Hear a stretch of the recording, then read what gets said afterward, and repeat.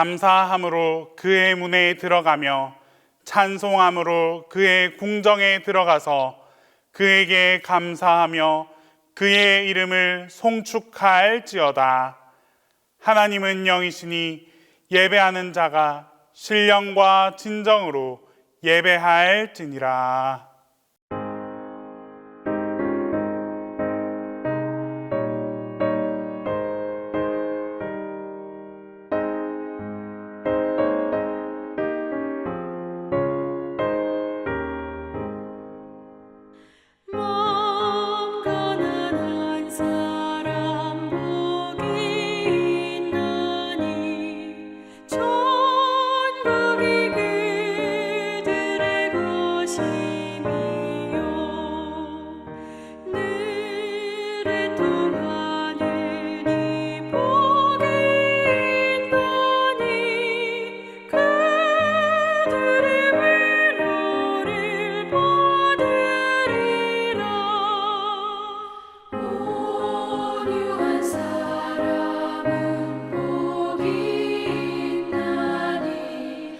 그 땅이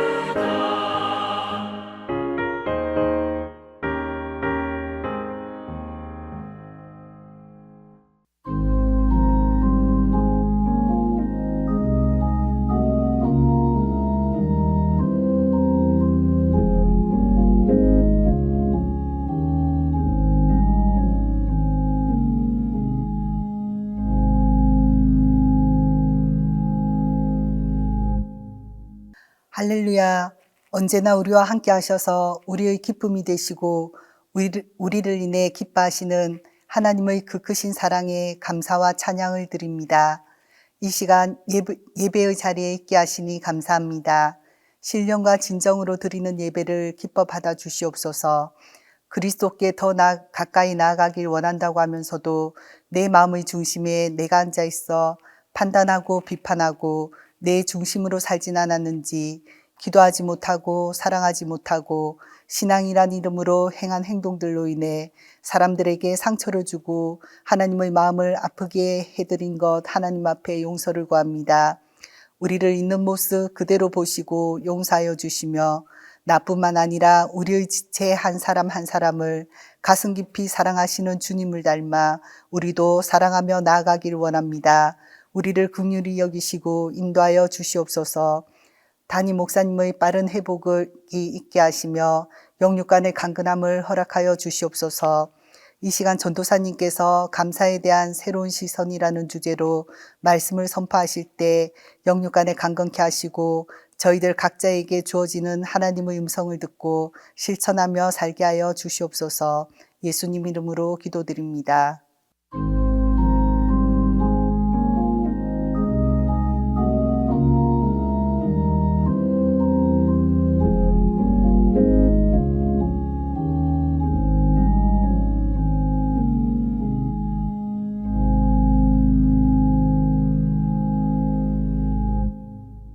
수요 예배해 주시는 하나님 말씀은 시편 136편 21절에서 24절입니다. 구약성경 시편 136편 21절에서 24절입니다. 그들의 땅을 기업으로 주신 이에게 감사하라. 그 인자하심이 영원함이로다. 곧 그 종 이스라엘에게 기업으로 주신 이에게 감사하라. 그 인자하심이 영원함이로다. 우리를 비천한 가운데서도 기억해 주신 이에게 감사하라. 그 인자하심이 영원함이로다. 우리를 우리의 대적에게서 건지신 이에게 감사하라. 그 인자하심이 영원함이로다.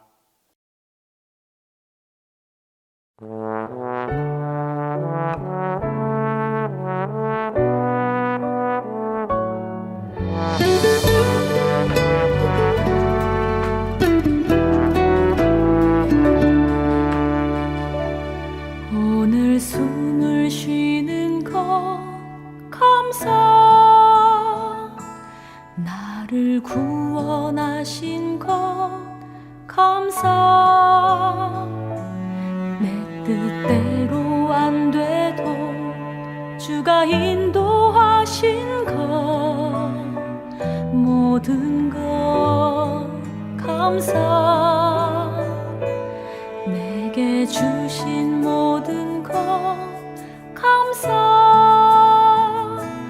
때론 가져가심도 감사.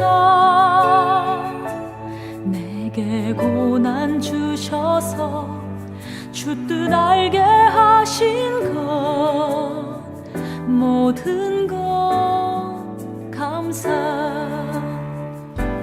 주님 감사해요. 주님 감사해요. 내가 여기까지 온 것도 은혜입니다. 주님 감사해요. 주님 감사해요. 나를 사랑하신 주 사랑 감사합니다.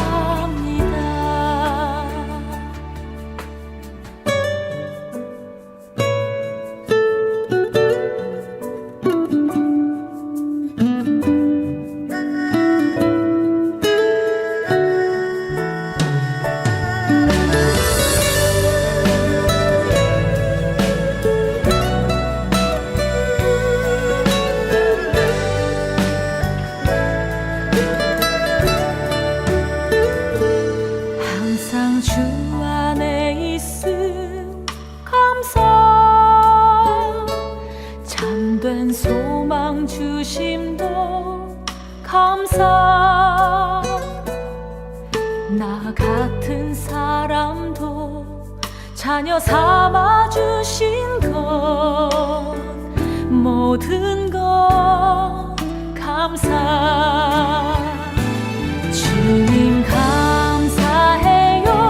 주님 감사해요. 내가 여기까지 온 것도 은혜입니다. 주님 감사해요. 주님 감사해요. 나를 사랑하신 주 사랑 감사합니다. 주님 감사해요. 주님 감사해요. 내가 여기까지 온 것도 은혜입니다. 주님 감사해요. 주님 감사해요. 나를 사랑하신 주 사랑 감사합니다. 나를 사랑하신 주 사랑 감사합니다.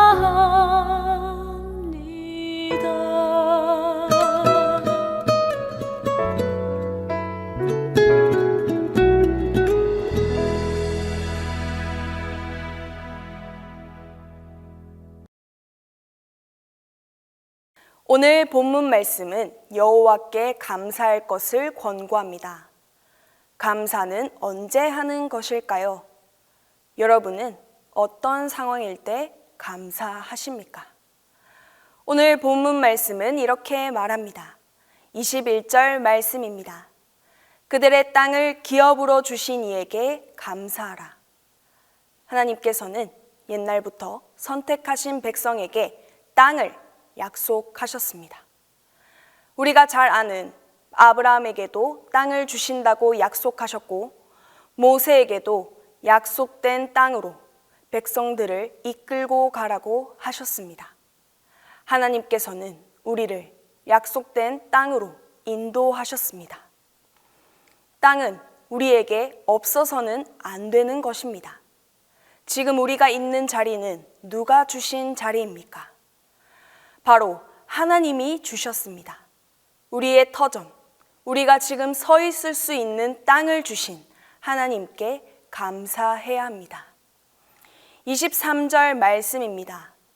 우리를 비천한 가운데에서도 기억해 주신 이에게 감사하라.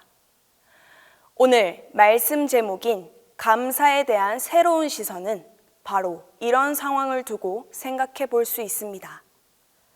감사, 이 단어만으로는 굉장히 좋은 일, 긍정적인 일로 생각됩니다. 감사할 일, 즉 좋은 일이 있기 때문에 우리는 감사하게 됩니다. 그럼 반대로 감사하지 않을 상황은 어떤 상황일까요? 긍정적인 일과는 반대로 부정적이고 말 그대로 오늘 23절 말씀처럼 비천한 상황을 말하는 것이 아닐까요? 오늘 본문 말씀은 그러한 상황 가운데에서도 하나님께 감사하라고 말씀하고 있습니다. 요즘 미디어에서 자주 그리고 많이 쓰이는 용어가 있습니다. 바로 도파민입니다. 도파민은 사전적인 용어로 신경세포에 흥분 전달을 주는 신경 전달 물질입니다. 이 도파민이 우리에게 분비되게 되면 사람은 쾌락의 상태에 이르게 됩니다. 이 수치를 표현하는 표가 있어 간단하게 설명해 보겠습니다. 우리가 일상에서 잃어버린 것을 찾았을 때 느끼는 쾌락 수치는 10이라고 합니다. 또 내가 잘하는 것을 남에게 인정받고 칭찬받았을 때 느끼는 쾌락 수치는 13. 내가 위대한 것을 발견했거나 일에서 성취감을 얻었을 때 느끼는 쾌락 수치는 45라고 합니다. 그럼 여러분들도 많이 알고 있는 현재 많은 문제가 되고 있는 마약은 우리에게 쾌락 수치를 얼마나 줄까요? 무려 150 이상이라고 합니다. 쾌락, 즉 즐거움이라고 정의하게 되면 즐거움은 긍정적인 것입니다. 우리에게 행복을 전해주고 기분 좋게 합니다. 그런데 이런 상태가 매일매일 우리가 지속되게 된다면 사람은 소위 적응하는 동물이라고 말하는데 그 상태가 나의 일상이 되면서 더 큰 자극을 얻고 싶게 됩니다. 처음에는 나에게 기쁨이 되고 즐거움이 되었던 도파민이 이제는 감흥이 없어지게 되고 우리에게 늘 일상과 같은 지루함을 줍니다. 그래서 사람들은 더 큰 도파민을 얻기 위해 더 큰 쾌락 수치를 찾아서 자신을 채우려고 합니다. 그러나 그렇게 늘 우리를 기분 좋게 할 수 있는 것은 한계가 있습니다. 우리는 그것으로 인해 또 다른 고통을 얻게 됩니다. 기쁨과 즐거움으로만 우리의 인생을 채우려 하다 보니 더 큰 고통이 우리에게 따르는 것을 보게 됩니다. 오늘 본문 말씀 23절은 이렇게 말씀합니다. 우리를 비천한 가운데에서 기억해 주신 이에게 감사하라. 사람은 비천한 상황이 있을 수 있습니다. 아니, 사람은 비천한 상황을 불가피하게 겪게 됩니다. 그 누구도 피할 수 없습니다. 그럴 때 우리를 기억하고 계시는 분이 있습니다. 바로 여호와 하나님입니다. 우리는 비천한 상황일수록, 아니, 비천한 상황을 비천하게만 볼 것이 아니라 이 일을 통해 나를 기억해 주시고 이 비천한 상황, 부정적인 상황을 통해 더 단단하게 나를 만들어 가실, 훈련해 가실 하나님을 기대할 수 있습니다. 그러니 감사는 우리에게 긍정적인 상황뿐만 아니라 우리에게 어렵고 좌절되고 힘든 상황 속에서도 감사할 수 있습니다. 우리의 모든 삶의 전반적인 부분이 다 하나님께 감사할 일이 되는 것입니다. 또한 이것은 성경 말씀 곳곳에서 찾아볼 수 있습니다. 모든 성경 인물들은 예외 없이 겪은 것이 있습니다. 바로 환난과 고난입니다. 그것이 바로 인생이기 때문입니다. 그런 상황 속에서 우리가 기억하고 있는 믿음의 조상들은 또 하나같이 예외 없이 공통적으로 행동한 것이 있습니다. 바로 자신의 어려움을 하나님께 호소하고 하나님께 회복을 구하고 감사했다는 것입니다. 우리가 잘 아는 다윗 왕은 하나님께 선택받았습니다. 그러나 그의 인생 여정 가운데 여러 죄를 저질러 저주를 받습니다. 그러나 그는 다시 하나님께 돌이켜 회개하여 이스라엘의 위대한 왕으로 기억되고 있습니다. 욥기서에 욥은 원인 모를 피부병을 앓고 자식도 재산도 다 잃게 됩니다. 그리고 결국 하나님을 원망합니다. 그러나 그는 하나님의 깊은 뜻을 깨닫고 다시 하나님께 돌이키고 하나님께로 나아갑니다. 그런 욥을 보시고 하나님께서는 욥이 처음에 잃었던 것보다 더 많은 것으로 채워주셨습니다. 이외에도 다 말할 수 없을 만큼 우리에게 기억되는 많은 성경의 인물들이 이와 같이 인생에 어려움을 겪지만 그럴수록 하나님께 바로 서기 위해 노력했습니다. 지금 여러분들에게 어렵고 힘든 일은 무엇입니까? 어렵고 힘든 일이 있을 때 우리는 어떻게 행동합니까? 나의 인생이 어떻게 이렇게 되었는지, 왜 내 인생은 이 모양 이 꼴인지, 그저 자신의 이 상황을 비관하고 남의 탓을 돌리고 있지는 않습니까? 그러나 종이 한 장 차이의 행동이 우리의 인생을 뒤바꾼다는 것을 우리는 기억해야 합니다. 우리가 잘 아는 상황을 예로 들어보겠습니다. 컵에 물이 반이 담겨 있는데 누군가는 물이 반밖에 없네, 이거밖에 없어? 라고 말합니다.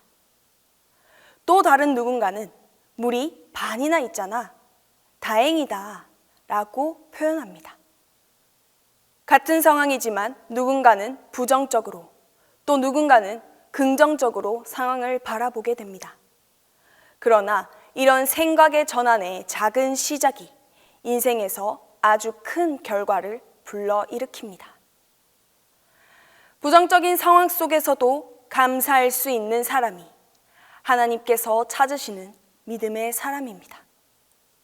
그리고 그런 사람은 자신의 인생이 늘 행복하고 감사로 가득 차게 됩니다. 반대로 정말 좋은 긍정적인 상황인데도 이것을 부정적으로 바라보는 사람이 있습니다. 남들이 나의 일을 보고 인정하고 칭찬하는데도 시큰둥하며 성취감을 느끼기보다 더 자신에게 부족함을 느끼는 사람들이 있습니다. 이렇게 생각하는 사람은 감사는커녕 자신의 인생이 늘 큰 구멍이 뚫려 있는 사람처럼 공허하고 불행할 것입니다. 앞서 말했던 도파민을 생각해 보시기 바랍니다. 사실 도파민은 우리 일상에 아주 가끔씩 있어야 이것이 우리에게 행복이 되고 쾌락이 됩니다. 늘 도파민에 도취되어 있게 되면 우리는 큰 기쁨도 기쁨이 되지 않고 더 큰 쾌락을 얻게 하려 함으로써 그것을 채울 수 없게 되었을 때는 우리는 불행하게 되고 말 것입니다. 더 이상 감사하고 싶어도 우리의 마음이 늘 불행하고 불안으로 가득 차 있기 때문에 감사할 수가 없습니다. 그렇기 때문에 쾌락의 상태가 오래 지속될 수 없듯이 위기가 있다고 해서, 어려움이 있다고 해서 우리는 늘 위기 속에 머무르는 것도 아닙니다. 위기가 있다는 것은, 어려움이 있다는 것은 우리가 더 강해질, 단단해질 능력을 기를 수 있는 시간이고 하나님과 온전히 가까워질 수 있는 시간입니다. 그 시간은 온전히 하나님께서 기억해 주실 것입니다. 우리의 모든 삶의 긍정적인 상황과 부정적인 상황 모두를 감사하는 동신교회 성도 모두에게 우리의 인생이 하나님께서 주시는 더 큰 축복으로, 하나님께서 주시는 감사로 채워질 것입니다. 기도하겠습니다. 우리의 인생의 주인 되어 주시는 하나님, 감사절 동안 우리의 삶이 더욱더 감사로 채워지게 하여 주시옵소서. 우리를 시험에 이길 수 있는 힘을 주셔서 감사합니다. 돌이켜보면 힘든 일도 많았고 아픈 일도 많았지만 그 모든 순간에 하나님께서 우리를 기억해 주셔서 지금까지 우리를 지켜주시고 이끌어 주셨음을 고백합니다. 주님, 이제는 우리가 어려운 순간도 감사로 고백하게 하셔서 삶의 정말 힘든 순간에 하나님께 더 나아갈 수 있는 동신교회 성도 모두가 되게 하여 주시옵소서. 그래서 좋은 순간은 물론이고 좋지 못한 순간까지 우리의 인생이 감사로 가득하게 하여 주시옵소서. 감사드리며 예수님의 이름으로 기도합니다.